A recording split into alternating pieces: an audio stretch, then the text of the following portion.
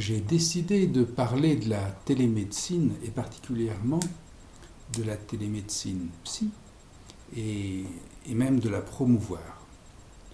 J'ai donc ouvert un site à cet effet pour présenter cette pratique médicale qui devrait avoir cours depuis longtemps.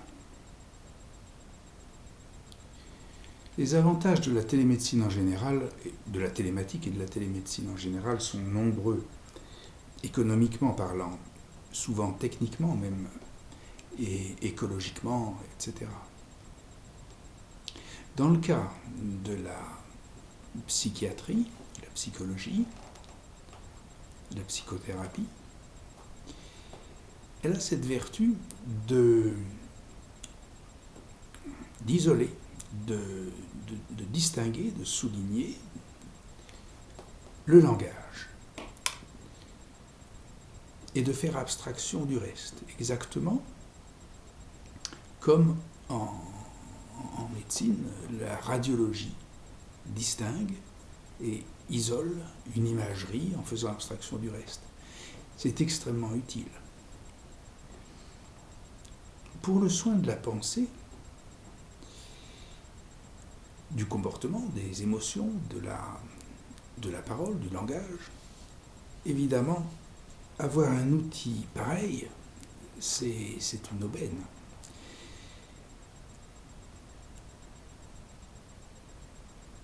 Cependant,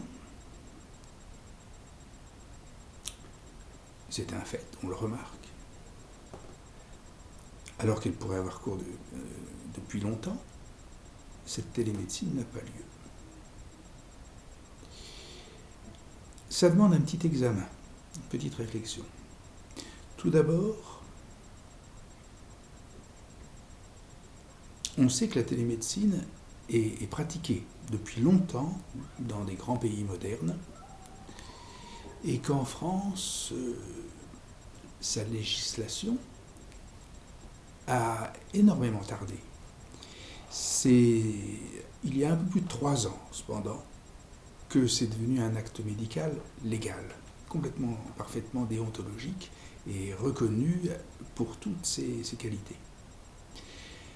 Une fois que ça a été légalisé, le gouvernement a demandé aux administrations, particulièrement la sécurité sociale et les agences régionales de santé, les agences de santé, leur a demandé de se mettre à jour et leur a donné 3 ans pour faire en sorte que les médecins puissent pratiquer, non seulement en légalité, puisque c'est acquis, puisque la déontologie, le Conseil de l'ordre aussi reconnaît que c'est quelque chose de très pratique et de très efficace, mais pour le pratiquer avec les codes, les remboursements, toute une législation, une dentelle de législation qui fait que la médecine est ce qu'elle est, c'est une des meilleures au monde.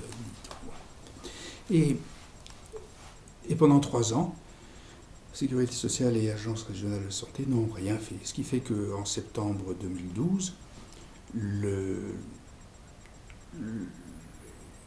au moment où ça devait entrer dans les mœurs, rien n'était prêt. Et pire que cela, si des médecins le pratiquent, ils sont sanctionnés par ces caisses. Pas du tout par la législation qui autorise cet acte médical, mais pour des problèmes de remboursement, de convention,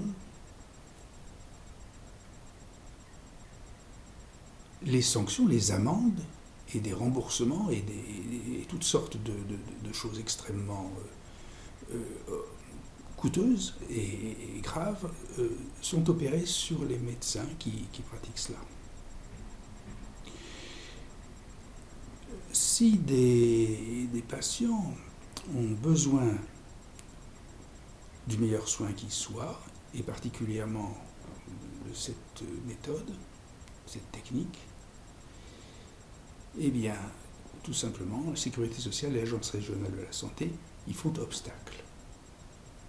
comme si on faisait, je continue la comparaison, comme si on faisait obstacle à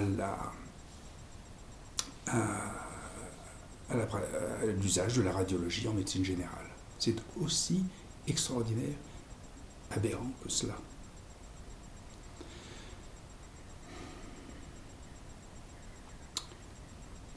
J'ai décidé d'en parler, de le dire, et d'ouvrir, de promouvoir, d'ouvrir un site, de promouvoir cette pratique. Mes patients qui voudraient se faire rembourser pour cela ne le pourraient pas. Et j'en suis interdit, sauf si je sors de la convention, et auquel cas, je ne peux pas soigner toute une partie de la clientèle, et particulièrement les gens qui sont, comme on dit, les plus démunis. Et alors, voilà la situation. Le mieux que l'on puisse faire, c'est, pour un psychiatre dans ma situation, c'est de continuer à garder la convention pour soigner une partie de la population, mais qui prendra le bus, le car, le train, je ne sais quoi, et pour venir au cabinet, attendre, même s'il y a la grippe, la neige, et parce que simplement, parce qu'ils sont déjà moins à l'aise financièrement que les autres. Alors les autres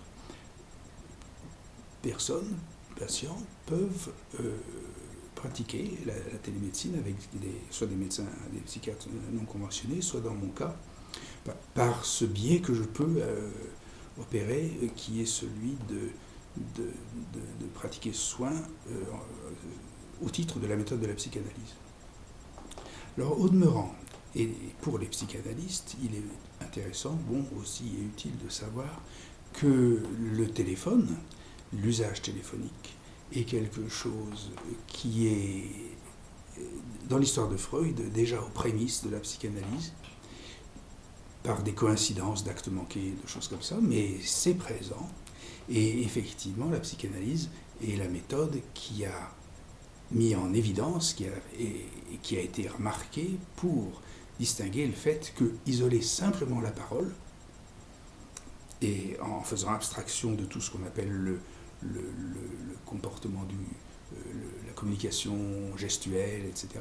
Donc cette opération de distinction et de concentration sur la parole et la pensée, donc, a été soulignée par la psychanalyse. Donc cet usage du téléphone, des webcams ou autres, est tout à fait dans l'ordre de cette méthode. Voilà, pour le site, alors j'ai aussi, on le verra, j'ai fait une page un peu plus,